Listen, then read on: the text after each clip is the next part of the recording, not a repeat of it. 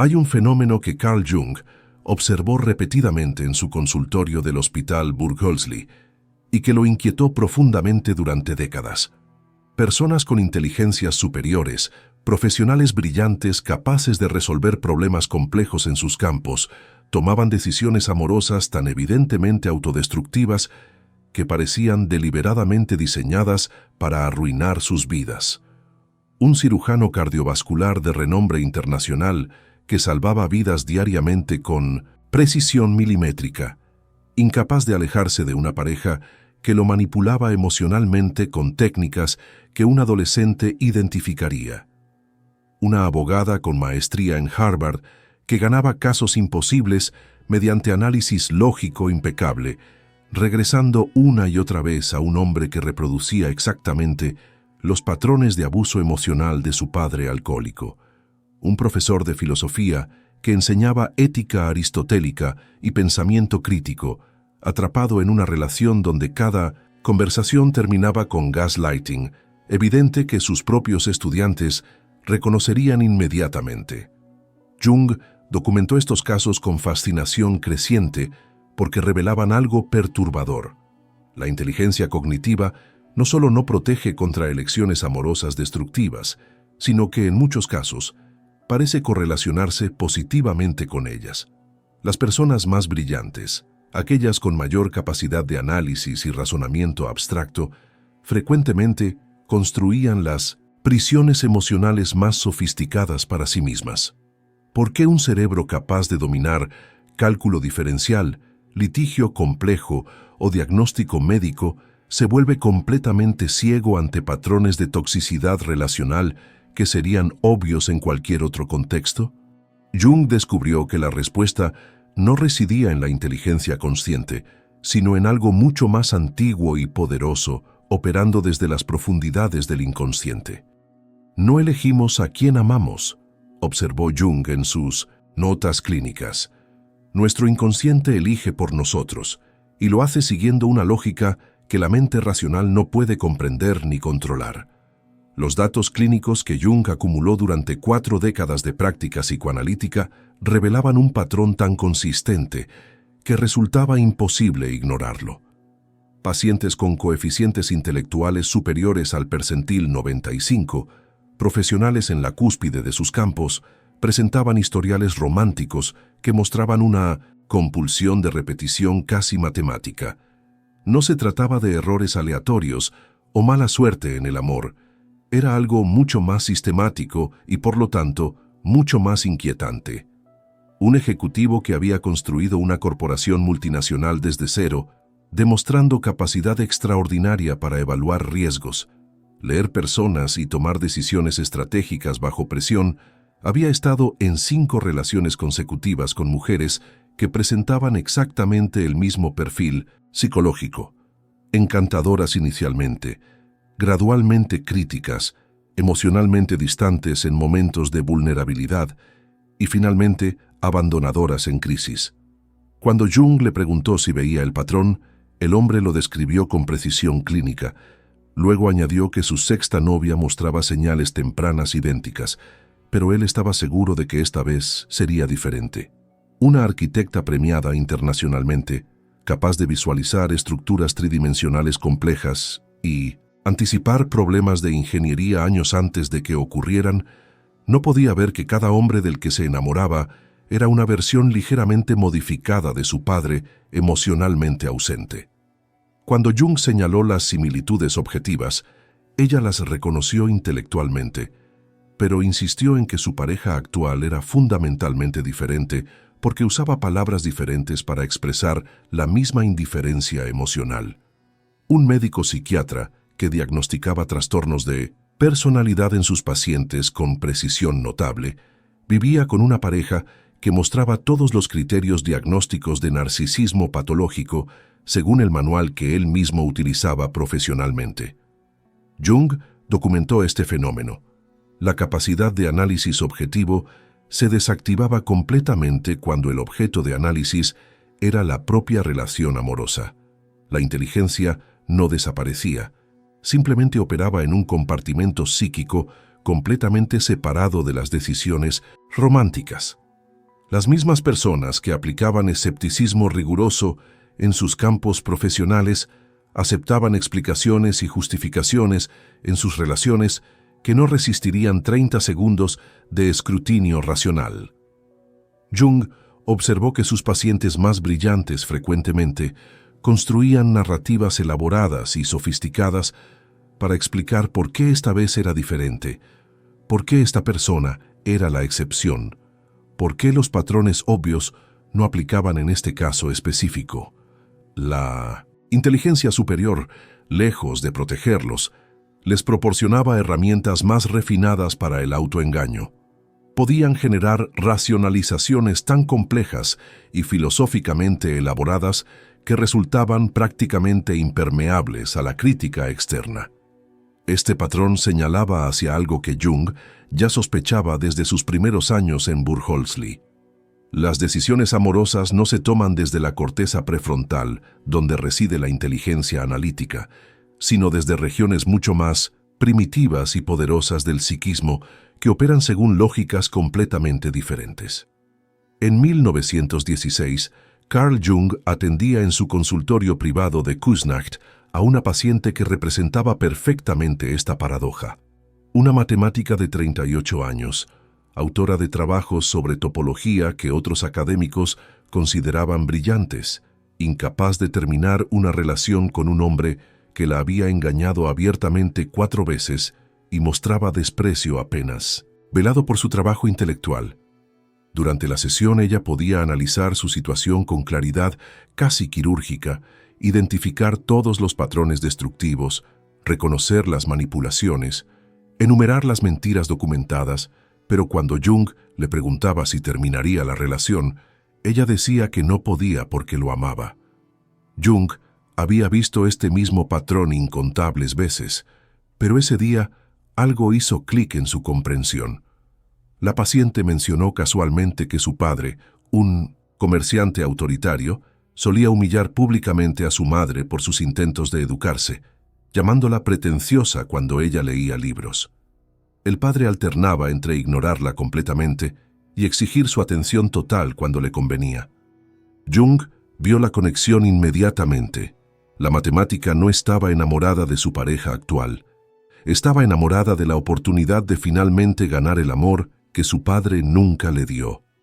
Cada vez que su pareja la engañaba y ella lo perdonaba, cada vez que él la menospreciaba y ella se esforzaba más por impresionarlo, estaba repitiendo la dinámica infantil con la esperanza inconsciente de que esta vez, con este hombre, podría lograr lo que nunca logró con su padre: hacer que un hombre emocionalmente indisponible la eligiera, la valorara, la amara. Jung comprendió en ese momento algo fundamental sobre la compulsión de repetición en relaciones. No repetimos nuestros traumas por masoquismo o estupidez, los repetimos porque el inconsciente está intentando desesperadamente resolver un conflicto antiguo. Es como si la psique dijera: no pude ganar ese amor entonces, pero si encuentro una situación suficientemente similar ahora, esta vez lo lograré. Esta es la razón por la que la inteligencia no protege contra estas elecciones. La parte inteligente del cerebro observa y analiza, pero no toma la decisión. La decisión la toma una parte mucho más antigua, una región del psiquismo que Jung llamaría más tarde el inconsciente personal, donde residen los complejos autónomos formados en la infancia. Jung tenía las herramientas para desvelar esto porque él mismo había atravesado su propio descenso al inconsciente entre 1913 y 1919, documentado en lo que después se conocería como el Libro Rojo. Había experimentado personalmente cómo contenidos inconscientes pueden dominar completamente la vida consciente, cómo la psique contiene fuerzas autónomas que operan según sus propias lógicas. No estaba a teorizar desde un escritorio académico, estaba describiendo territorios que había explorado en carne propia, incluyendo su propia compulsión hacia relaciones complejas que replicaban dinámicas no resueltas de su infancia con una madre emocionalmente inestable. Jung comenzó a documentar sistemáticamente lo que llamó complejos autónomos, fragmentos de la psique que funcionan como subpersonalidades independientes, cada una con sus propias memorias, emociones y agendas. Descubrió que estos complejos se formaban principalmente durante experiencias emocionales intensas en la infancia, especialmente en relación con las figuras parentales. Un niño que experimentaba abandono emocional repetido de su madre no simplemente recordaba esos eventos, internalizaba toda la dinámica relacional como un patrón operativo inconsciente. Este patrón se convertía en un complejo autónomo que permanecía latente hasta que situaciones relacionales en la vida adulta lo activaban. Una vez activado, el complejo tomaba control parcial o total de la conducta, especialmente en contextos románticos. Lo fascinante y perturbador que Jung observaba era cómo estos complejos operaban con inteligencia propia. Un paciente, ingeniero aeroespacial involucrado en cálculos de trayectorias para proyectos militares, describió su proceso de enamoramiento.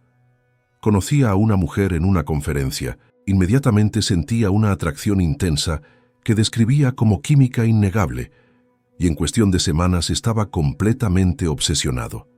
Jung le pidió que describiera a las últimas 4 mujeres de las que se había enamorado así.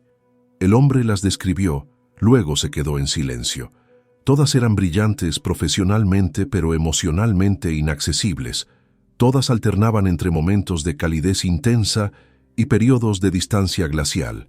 Todas, eventualmente, lo habían dejado justo cuando él había logrado que se comprometieran emocionalmente.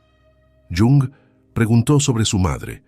El ingeniero describió a una mujer intelectualmente impresionante, pero depresiva, que alternaba entre abrumar al niño con afecto cuando estaba en fases maníacas y rechazarlo completamente durante sus depresiones profundas. El patrón era idéntico, pero aquí estaba lo crucial que Jung observaba. El ingeniero no elegía conscientemente mujeres como su madre. De hecho, conscientemente buscaba lo opuesto: estabilidad emocional, disponibilidad, calidez consistente.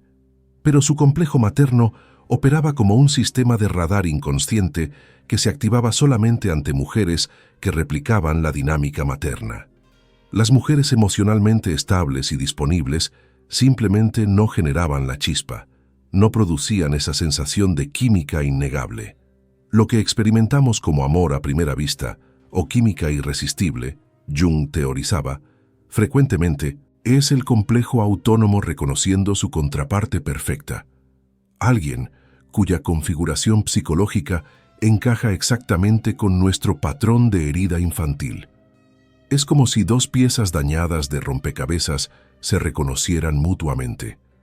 La sensación es intensa, magnética, inevitable, precisamente porque estamos reconociendo inconscientemente una dinámica familiar.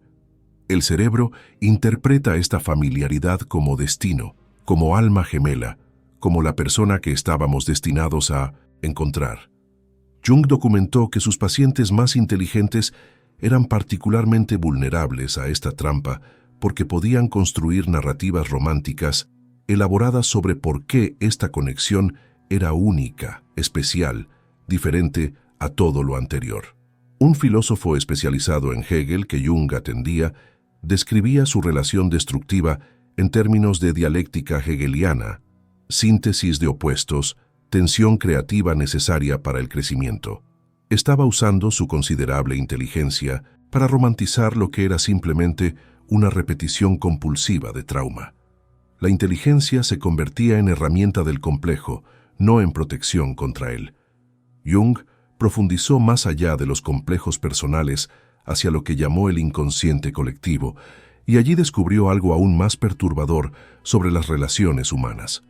Además de nuestros complejos individuales formados por experiencias personales, llevamos dentro patrones arquetípicos universales sobre el amor y las relaciones que toda la humanidad comparte.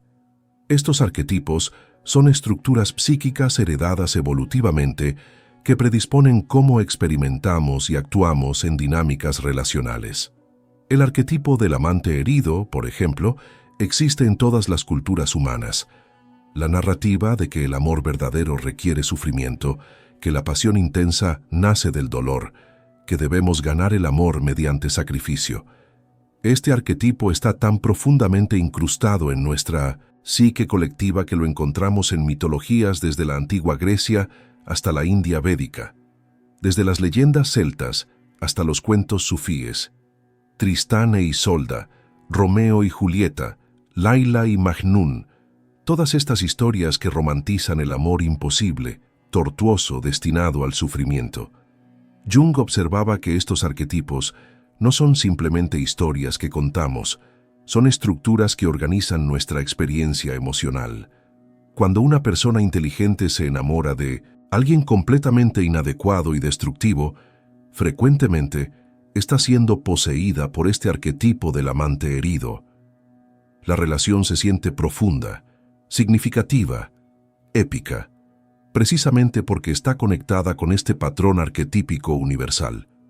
El sufrimiento no indica que algo está mal.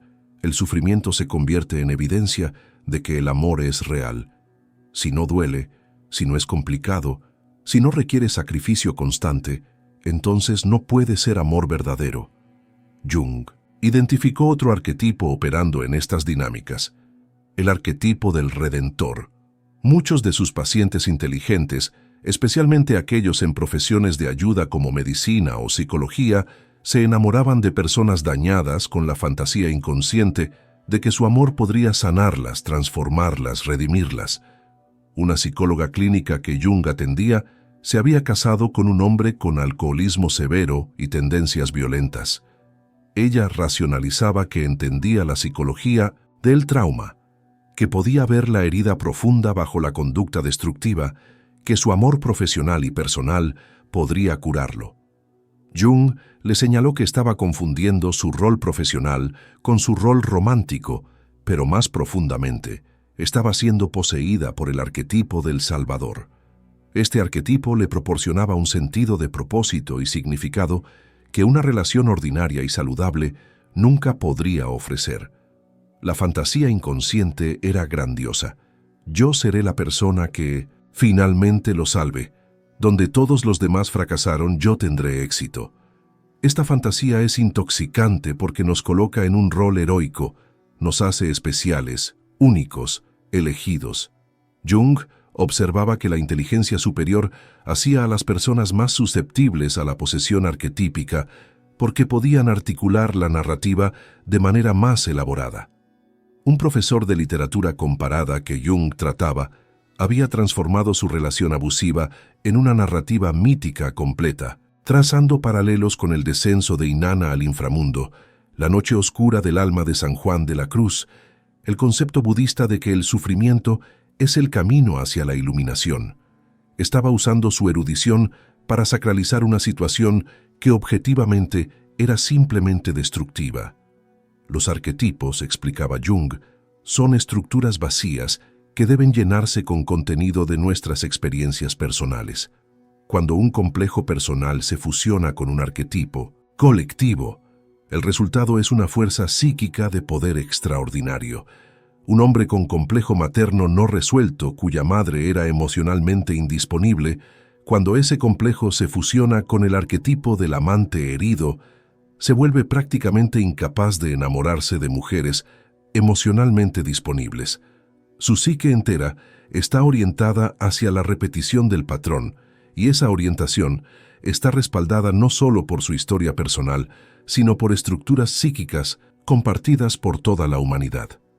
Jung identificó lo que consideraba el mecanismo central de estas elecciones destructivas: la proyección. La proyección es el proceso mediante el cual contenidos inconscientes propios son atribuidos a personas externas. En el contexto romántico, esto alcanza dimensiones casi alucinatorias. Un hombre no ve a la mujer real frente a él, ve una pantalla sobre la cual su psique proyecta la imagen de su ánima, el arquetipo femenino interno. Una mujer no ve al hombre real, ve la proyección de su animus, el arquetipo masculino interno. Estas proyecciones están contaminadas por los complejos parentales no resueltos. Jung documentaba casos donde la discrepancia entre la persona real y la proyección era tan extrema que resultaba casi cómica, excepto por las consecuencias trágicas. Un académico se enamoró de una estudiante de doctorado que él percibía como brillante, profunda, espiritualmente evolucionada. Otros colegas veían a una persona manipuladora, emocionalmente inmadura, que usaba jerga intelectual sin comprensión real. El académico era incapaz de ver lo que era obvio para todos los demás, porque no estaba viendo a la persona real, estaba viendo su proyección de ánima. Cuando Jung le señalaba discrepancias específicas entre las acciones objetivas de la mujer y la interpretación idealizada que él hacía de ellas, el académico se ponía furioso. La proyección debe protegerse porque contiene aspectos de nuestra propia psique. Cuestionar la proyección se siente como un ataque a nosotros mismos. Lo que Jung descubrió que resultaba particularmente revelador era analizar qué tipo de personas activan estas proyecciones intensas. Las personas emocionalmente sanas, integradas, que ofrecen amor consistente y disponibilidad emocional, raramente activan proyecciones intensas. Son demasiado claramente ellas mismas, demasiado presentes en la realidad para funcionar como pantallas de proyección efectivas. Las personas que activan proyecciones poderosas tienen una cualidad elusiva, ambigua, contradictoria. Son suficientemente vagas en su presentación emocional para que podamos proyectar casi cualquier cosa sobre ellas. Una mujer emocionalmente indisponible que alterna entre calidez y frialdad es una pantalla de proyección perfecta precisamente porque nunca es completamente clara. Su ambigüedad invita a la proyección. Jung observaba que personas con trastornos de personalidad narcisista o borderline son particularmente efectivas, activando proyecciones porque presentan lo que él llamaba una personalidad camaleónica. Reflejan de vuelta lo que perciben que el otro quiere ver, al menos inicialmente. Esto crea una sensación de conexión profunda, de ser comprendido completamente, de haber encontrado finalmente a alguien que nos ve realmente. Pero lo que está ocurriendo es que estamos viendo nuestro propio reflejo. Nos enamoramos de nosotros mismos reflejados de vuelta. Cuando eventualmente la persona real emerge de detrás del reflejo, frecuentemente es un shock devastador. Pero para entonces, el enganche psicológico ya es profundo. Jung teorizaba que la intensidad de la proyección es directamente proporcional a la cantidad de contenido inconsciente no integrado que llevamos. Las personas que han hecho trabajo profundo de individuación, que han integrado sus sombras, trabajado sus complejos parentales, diferenciado su ego del inconsciente colectivo, experimentan atracciones más moderadas, pero más reales. Ven a las personas más claramente porque tienen menos necesidad de proyectar. Las personas inteligentes que no han hecho este trabajo interior, sin embargo, tienen vastas cantidades de contenido inconsciente, no integrado, precisamente porque su inteligencia les ha permitido construir estructuras de ego elaboradas que mantienen el inconsciente reprimido, efectivamente. Cuando finalmente una situación romántica perfora esas defensas, la erupción de material inconsciente es proporcionalmente más intensa. Se enamoran no más sabiamente, sino más catastróficamente. La inteligencia sin autoconocimiento produce no protección, sino proyecciones más elaboradas y difíciles de penetrar. Las implicaciones del descubrimiento de Jung eran perturbadoras, no solo para casos individuales, sino para toda nuestra comprensión cultural del amor romántico. Si la mayoría de lo que experimentamos como amor apasionado es en realidad proyección de complejos inconscientes y posesión arquetípica, entonces la mayor parte de la literatura romántica, las películas, las canciones, toda la industria cultural construida alrededor del amor romántico está esencialmente celebrando y perpetuando patología psicológica. Las historias de amor más veneradas en la cultura occidental son precisamente las más patológicas desde una perspectiva junguiana. Romeo y Julieta se conocen una noche y deciden morir juntos días después. Esto no es amor, es posesión arquetípica total. Cumbres Borrascosas presenta una relación de toxicidad extrema, abuso mutuo, obsesión destructiva, y se considera una de las grandes historias de amor de la literatura. El fantasma de la ópera romantiza literalmente el acoso y secuestro. Jung observaba que estas narrativas no solo reflejan patología, la producen. Internalizamos estos arquetipos culturales desde la infancia y luego los actuamos en nuestras propias vidas, creyendo que estamos experimentando algo auténtico y profundo cuando en realidad estamos siendo poseídos por patrones colectivos. La educación sobre relaciones en la cultura occidental está casi completamente invertida desde una perspectiva de salud psicológica. Enseñamos a los jóvenes que el amor verdadero debe sentirse como obsesión, que los celos son evidencia de pasión genuina, que el conflicto intenso indica profundidad emocional, que el sufrimiento por amor es noble. Todas estas ideas son vectores de patología. Jung argumentaba que el amor maduro, el amor que emerge de dos individuos que han completado suficiente trabajo de individuación, se siente completamente diferente. Es más tranquilo, más estable, menos dramático. No produce la adicción neuroquímica de la proyección y la compulsión de repetición. Por esta razón, muchas personas lo experimentan como menos emocionante y lo rechazan en favor de relaciones más turbulentas que confunden con pasión verdadera. Jung observaba esto repetidamente en consultorio. Pacientes que habían estado en relaciones saludables las terminaban porque se sentían aburridas. Luego, inmediatamente, se enamoraban apasionadamente de alguien que replicaba sus patrones de herida infantil. La relación sana se sentía plana precisamente porque no activaba sus complejos. La relación tóxica se sentía viva, intensa, significativa, porque estaba golpeando directamente los complejos más profundos.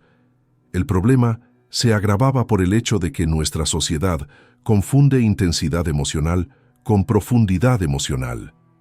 Una relación que produce drama constante, altibajos extremos, reconciliaciones apasionadas después de rupturas devastadoras, se percibe como más profunda que una relación estable, donde dos personas se tratan con respeto y afecto consistentes. Pero la intensidad no indica profundidad. Frecuentemente indica lo contrario, reactividad descontrolada de complejos no resueltos.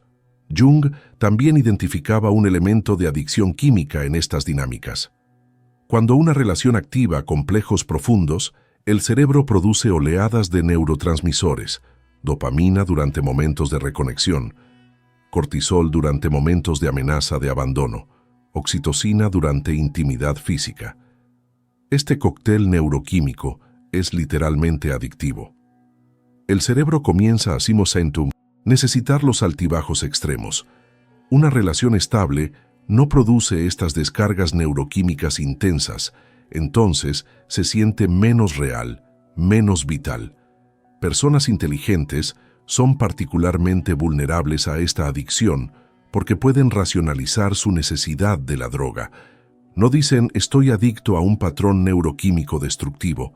Dicen esta relación me desafía a crecer, me empuja fuera de mi zona de confort, es espiritualmente significativa. Usan su inteligencia para transformar adicción en narrativa de crecimiento personal. Jung advertía que el proceso de individuación requería romper esta adicción y que hacerlo sería uno de los trabajos psicológicos más difíciles que una persona podría emprender. Requería no solo abandonar una relación específica, sino abandonar toda una forma de experimentar el amor. Significaba atravesar un período de lo que Jung llamaba muerte psíquica, donde la persona debe soltar los patrones que han organizado su vida emocional desde la infancia. Jung identificó lo que llamó la dinámica del complejo complementario. Personas con ciertos complejos buscan inconscientemente parejas con complejos complementarios que encajan perfectamente con los suyos, creando sistemas relacionales que se autorrefuerzan y resultan extraordinariamente difíciles de romper. Un ejemplo clásico que Jung documentaba extensamente. Hombres con complejo materno negativo, cuyas madres fueron controladoras o asfixiantes, desarrollan miedo al engolfamiento en relaciones adultas. Se sienten más vivos cuando están persiguiendo a alguien emocionalmente inaccesible. En el momento en que una mujer se vuelve emocionalmente disponible y comprometida, su complejo materno se activa y comienza a sentirse atrapado, asfixiado, desesperado por escapar.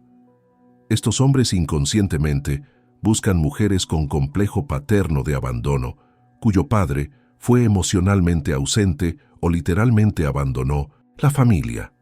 Estas mujeres desarrollan un patrón de apego ansioso, donde se sienten más vivas cuando están persiguiendo a alguien emocionalmente indisponible. En el momento en que un hombre se vuelve consistentemente presente y disponible, su ansiedad se disipa y pierden interés. Cuando estas dos personas se encuentran, crean lo que Jung llamaba un sistema de retroalimentación negativa perfecto.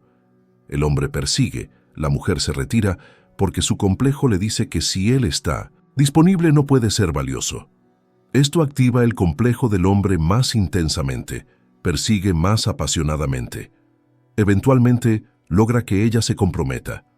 En el momento en que ella está emocionalmente disponible y comprometida, su complejo materno se activa, siente engolfamiento, comienza a retirarse. Esto activa el complejo de abandono de ella, quien comienza a perseguirlo.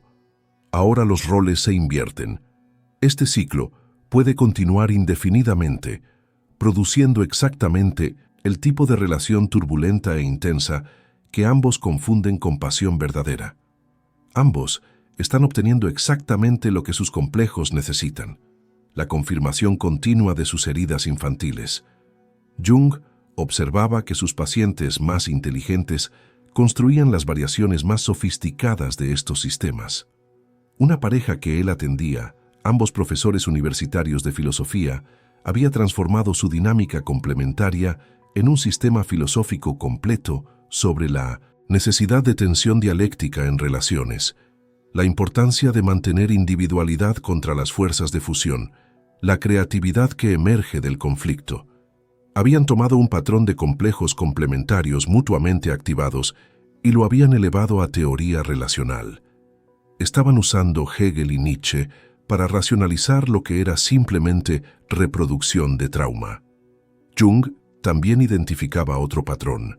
Personas con trauma de abandono frecuentemente eligen parejas con narcisismo patológico, porque los narcisistas son expertos en el ciclo de idealización y devaluación que replica perfectamente el patrón de abandono intermitente que la persona experimentó en la infancia. Durante la fase de idealización, el narcisista proporciona exactamente la atención intensa y validación que la persona nunca recibió de su padre ausente.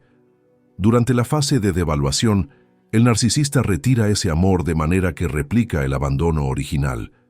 Este ciclo es dolorosamente familiar para el inconsciente de la persona, y la familiaridad se experimenta como conexión profunda, como haber encontrado finalmente a alguien que realmente nos comprende.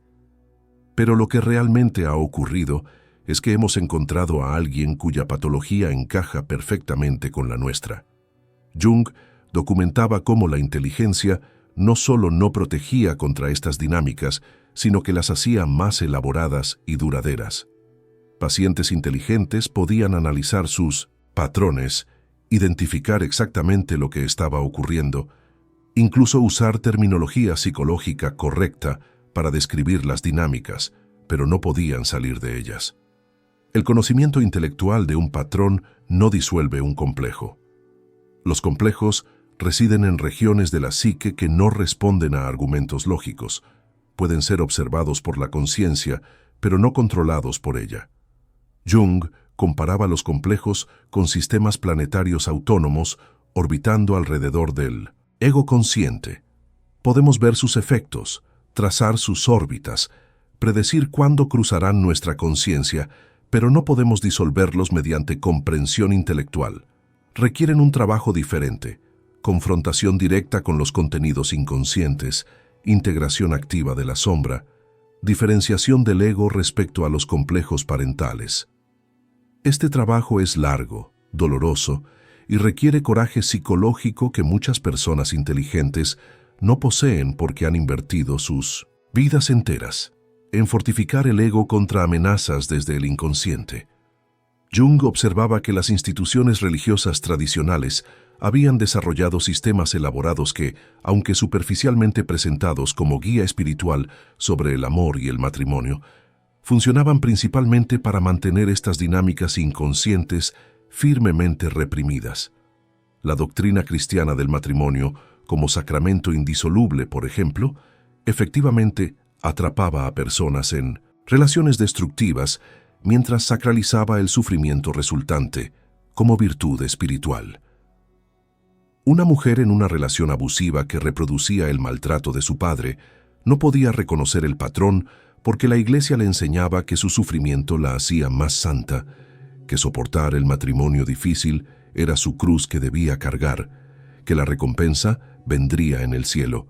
El lenguaje religioso transformaba patología psicológica en virtud teológica. Jung identificaba esto como profundamente conveniente para estructuras de poder eclesiástico, porque personas atrapadas en dinámicas inconscientes son más fáciles de controlar que personas psicológicamente individuadas. La religión institucional promovía activamente la idea de que el amor verdadero requiere sacrificio, sufrimiento, negación del self.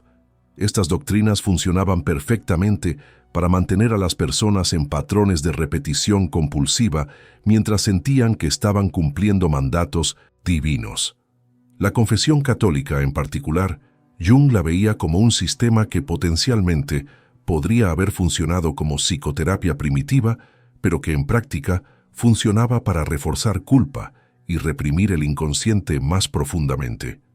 Una persona podía confesar impulsos hacia una relación más sana, alejarse de una pareja destructiva, y el sacerdote la redirigía hacia los deberes maritales, la santidad del sufrimiento, la importancia de perdonar 70 veces 7. El sistema religioso activamente impedía que las personas se separaran de relaciones que reproducían trauma, porque la separación amenazaba la estructura familiar tradicional que la Iglesia defendía como ordenada por Dios. Jung documentaba casos donde pacientes habían permanecido décadas en relaciones devastadoras porque autoridades religiosas les habían convencido de que sus impulsos hacia la separación eran tentaciones satánicas más que señales de salud psicológica emergente. La teología del amor sacrificial, tan central al cristianismo, se había convertido en vector de patología relacional masiva. La idea de que amar significa sacrificarse completamente por el otro, aniquilar las propias necesidades, soportar cualquier maltrato con paciencia infinita, producía generaciones de personas incapaces de establecer límites saludables o reconocer cuando estaban siendo explotadas. Jung también observaba cómo el énfasis religioso en la pureza sexual y la demonización de la sexualidad fuera del matrimonio creaba presión para casarse jóvenes antes de que hubiera ocurrido suficiente desarrollo psicológico para hacer elecciones relacionales maduras.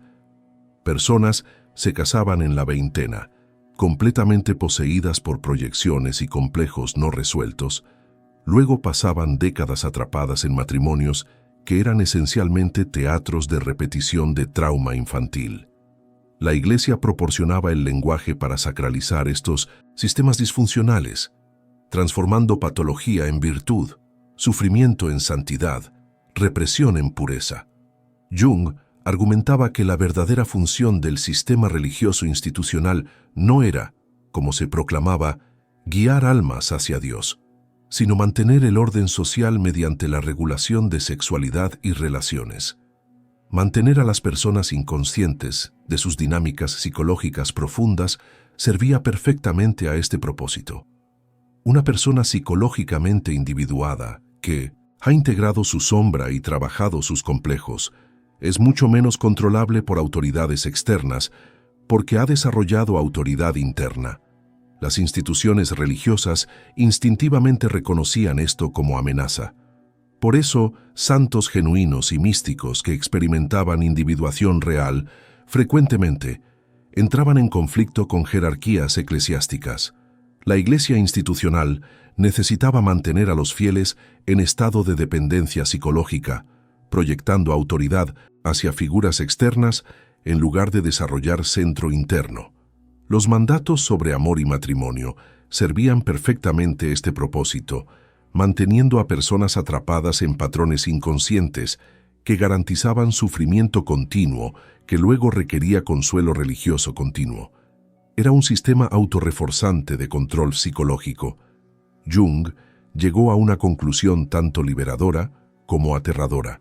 La mayoría de lo que llamamos amor romántico en la cultura occidental es, en realidad, posesión psicológica. No amamos a personas reales, amamos proyecciones de nuestros propios contenidos inconscientes. No elegimos parejas mediante evaluación racional de compatibilidad. Somos elegidos por complejos autónomos que buscan reproducir dinámicas infantiles no resueltas. La intensidad que experimentamos como pasión es frecuentemente la intensidad de contenidos inconscientes eruptando hacia la conciencia. Lo que sentimos como química es el reconocimiento inconsciente de que esta persona activará nuestros complejos más profundos. Esto significa que prácticamente todos comenzamos nuestras vidas románticas adultas completamente ciegos, operando bajo posesión de fuerzas que no comprendemos ni controlamos. La inteligencia no nos protege, nos proporciona mejores herramientas para racionalizar las compulsiones del inconsciente. Pero Jung no ofrecía solo diagnóstico, ofrecía camino. El proceso de individuación incluye necesariamente confrontación con estos complejos, retiro de proyecciones, diferenciación del ego respecto al inconsciente. Es posible despertar de la posesión, pero requiere trabajo psicológico profundo que la mayoría de las personas, incluso las más inteligentes, no están dispuestas a emprender. Requiere admitir que la persona de la que estamos enamorados podría ser principalmente una construcción de nuestra propia psique. Requiere soltar narrativas románticas que hemos usado para dar significado a nuestras vidas. Requiere atravesar lo que Jung llamaba noche oscura del alma, un periodo de desorientación total donde estructuras psíquicas antiguas deben morir antes de que puedan emerger nuevas. La pregunta que Jung dejaba a cada persona era simple pero brutal. Prefieren permanecer en la inconsciencia, repitiendo patrones que garantizan sufrimiento, pero que son familiares y proporcionan la ilusión de significado, o están dispuestos a despertar a la realidad de que han estado amando fantasmas, soñando mientras creían estar viviendo, poseídos por fuerzas que nunca examinaron. La verdad es que la mayoría elige la inconsciencia. Elegir la consciencia requiere coraje que pocos poseen. Requiere estar dispuesto a estar completamente solo mientras reconstruyes tu psique desde cimientos. Requiere renunciar a drogas neuroquímicas, de relaciones intensas y atravesar abstinencia psicológica brutal. Requiere admitir que podrías haber desperdiciado años o décadas en relaciones que eran esencialmente actuaciones de guiones escritos en tu infancia. Pero para aquellos dispuestos a hacer este trabajo, Jung prometía algo extraordinario: la posibilidad de amor real entre dos seres humanos reales, no entre proyecciones y máscaras. La posibilidad de relación que no requiere drama para sentirse viva, que no necesita sufrimiento para sentirse profunda, que emerge de dos personas suficientemente individuadas para ver y valorar al otro como realmente es. Este amor maduro no tiene la intensidad adictiva del amor poseído por complejos, pero tiene algo más valioso: realidad. Es amor entre personas que realmente existen, no entre fantasías mutuas. Y ese amor, aunque más tranquilo, es inconmensurablemente más profundo que la posesión que nuestra cultura confunde con pasión.